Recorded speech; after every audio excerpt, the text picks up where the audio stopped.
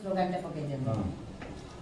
इनकलाब जिंदाबाद जिंदाबाद जिंदाबाद इनकलाब जिंदाबाद जिंदाबाद जिंदाबाद अरे बस्ती सुरक्षा मंच जिंदाबाद जिंदाबाद जिंदाबाद बस्ती सुरक्षा मंच जिंदाबाद जिंदाबाद जिंदाबाद अरे शिवराम बाबू अमर रहे अमर रहे अमर रहे शिवराम बाबू अमर रहे अमर रहे अमर शिवराम बाबू अमर रहे अमर रहे अमर रहे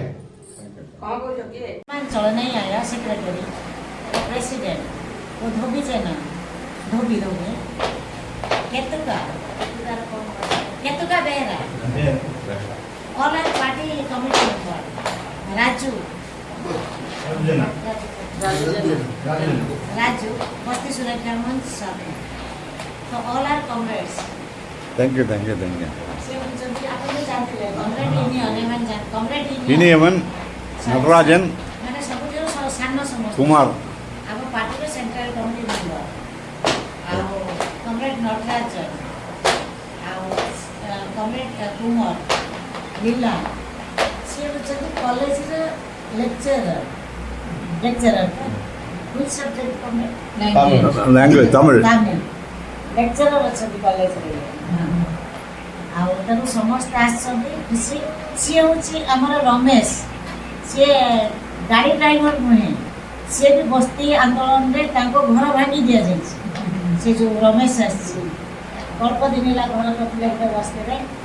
बस्ती हूँ नंदीघोष नगर नुआ करते जस्ट 6 मास रही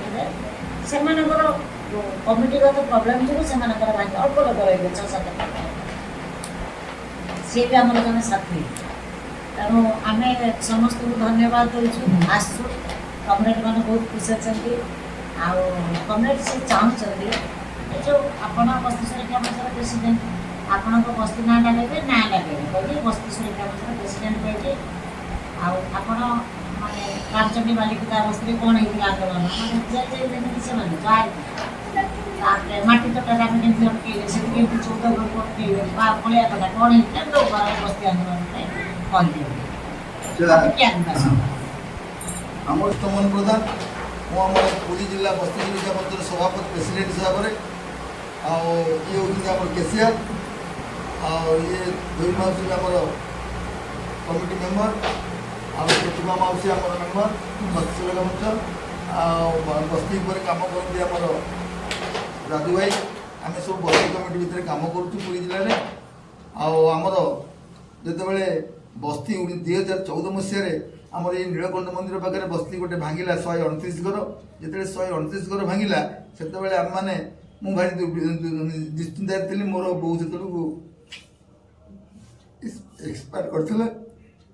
मुझे टाइम भारी दुखित थी मुझे रोकी पारि नी से समय मुझे जापारि आंदोलन को जो बस्ती भांगी जाता से शिवराम बाबू प्रमिला मैडम ये समस्ते पेपर में पढ़ी आसिक मुझे चिन्ह नी 2014 मसीहा पूर्व जान नी जिते मुझे देखिली से सर्वे कर सब लोक ना गाँ सब लिखुं से लोक पचारे जे ये मैडम किए से ये शिवराम बाबू जो कौच किए किए से ना बस्तीर कम करती भुवनेश्वर में जिते आम पचार ठीक अच्छे से मत सांगे रखिले बस्ती कम धीरे धीरे आम चलला केस बास कलु से आम 22 जन जेल जाते से शिवराम बाबू मैडम बस्ती सुरक्षा मंच तरफ से केस प्रत्याहार केस तो प्रत्याहार है बेल नहीं कि आसिले 22 जन को तापर आम आंदोलन चलला भितर एपर्तंत से लोक मानक थैतान जदि न कर जगह आम कि जगह देले कि लोग रहिले कि लोग से जगह पलैले पुणी जो जगह भांगी से जगह आसिक रहिले ये हिसाब से रहीकि आम बस्ती आंदोलन यहाँ चलैलु मो बस्ती कथा निजर बस्ती तापर आम बस्ती ये जो बस्ती अच्छा से बस्ती जो भांगिया को आसला से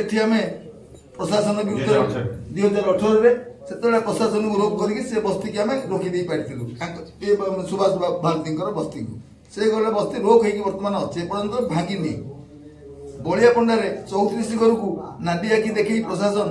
भयभीत करेला गुंडा बदमाशी लगेला बाहर कंपानी हिसाब से 34 घर केमती हटिले से गोटे कंपानी काम कर सेठिकी आमको जो धमका चमका कला भितर से आम 18 घर पलैले आउ अवशिष्ट घर लड़े करके आम सब जगह दे 10 रे 30 जगह देचु बलिया पंडा धोबाखाल भितर से लोक किसी से अच्छा ଆଚ୍ଛା ବାଲି ଆମର ଷ୍ଟେସନ ପାଖରେ ଆମର ଗୋଟେ ଆଦିବାସୀ କଲୋନୀ ବସ୍ତି ଅଛି, ସେଠି ବି ଏଭଳିଆ ଧମକ ଚମକ ଦେଇକିରି ବୋଲଡୋଜର ଆଣିକି ଠିଆ କରିଯାଇଥିଲେ, କିନ୍ତୁ ବୋଲଡୋଜର ଆନ୍ଦୋଳନ ପରେ ଫେରି ଯାଇଥିଲା। ତାପରେ ଆମେ ଆଇନ କାନୁନ ଭିତରେ ରହିକିରି ସେଟାକୁ ବନ୍ଦ କଲୁ। ଆଉ ଗୋଟେ ଆମର ଧୋବାକାଲ ପାଖରେ ଆଉ ଗୋଟେ ଧୋବାକାଲ ଅଛି ଆମର ପେଠକଟା, ସେଠି 12 ଘରକୁ ସେଠି ସେମାନେ ଉଠିବାକୁ ଚେଷ୍ଟା କଲେ, ସେଠି ବି ଆମେ ଲଢ଼େଇ କରି ସେ 12 ଘରକୁ ଏପର୍ଯ୍ୟନ୍ତ ଥଇଥାନ କରେଇଛୁ। ଏଇଭଳି ଅବସ୍ଥାରେ ଆମେ ବସ୍ତି ସୁରକ୍ଷା ମଞ୍ଚର କିଛି କିଛି କାମ କରିଛୁ। ହୁଏତ ଆମ କାମକୁ କେହି ବାହାର ଲୋକ ଦେଖିପାରିନାହାନ୍ତି, ପେପର ଡିକ୍ଲେୟାର ହେଇପାରିନି, ସବୁ ଲୋକ ଭାବନ୍ତି ଏମାନେ କ'ଣ କାମ କରିଛନ୍ତି, କିନ୍ତୁ ଆମେ ଏସବୁ ଗୁଡ଼ିଏ କାମ କରିକି ରଖିଛୁ। ଆମ ପାଖରେ ସେ ସବୁ ଡକୁମେଣ୍ଟ ହେଇକି ଥୁଆ ହେଇଛି, କେତେ ଘର ଭାଙ୍ଗିଛି, କ'ଣ ହେଇଛି, କେତେ ବସ୍ତିକି ଆମେ ରକ୍ଷା କରିଛୁ, ଏପର୍ଯ୍ୟନ୍ତ ଆମେ ଏଇ କାମ ଚାଲିଛି ପୁରୀ ଭିତରେ। ତେଣୁକରି ଆଉ ଯେଉଁ ଆମେ ଲଢ଼େଇ ଚାଲିଛି, ଆମ ବସ୍ତିକି ତ ଆପରେ ଆକ୍ରମଣ ହେବ ବୋଲି ଆମେ ଜାଣିଗଲାଣୁ। ତେଣୁକରି କେମିତି ୟାକୁ ସୁଧାରିବା, ବସ୍ତି କେମିତି ମଞ୍ଚ ଆଗକୁ ବଢ଼ିବ, କେମିତି ଆମେ ବସ୍ତିକି ଏକାଠି କରିକି ଆମେ ମାନେ ବସ୍ତିକି ବଞ୍ଚେଇବା, ବସ୍ତି ଲୋକଙ୍କୁ କେମିତି ଜାଗା ଦେବା, ଏ ବିଷୟରେ କେମିତି ଏଇ କାମଟା କରିବା, ସେଥିପାଇଁ ମୁଁ ଅନୁରୋଧ କରୁଛି ଆପଣ କମିଟିକି, ଆପଣ ଉପର ଲେଭେଲକୁ। ତେଣୁକରି ଏ ବସ୍ତି ଆନ୍ଦୋଳନଟା କେମିତି ଜୋରଦାର ହେବ ଆଉ କେମିତି ବସ୍ତି ଲୋକ ଥଇଥାନ ହେବେ, ଏ ବିଷୟରେ ଆପଣମାନେ ବୁଝିବେ ଆଉ।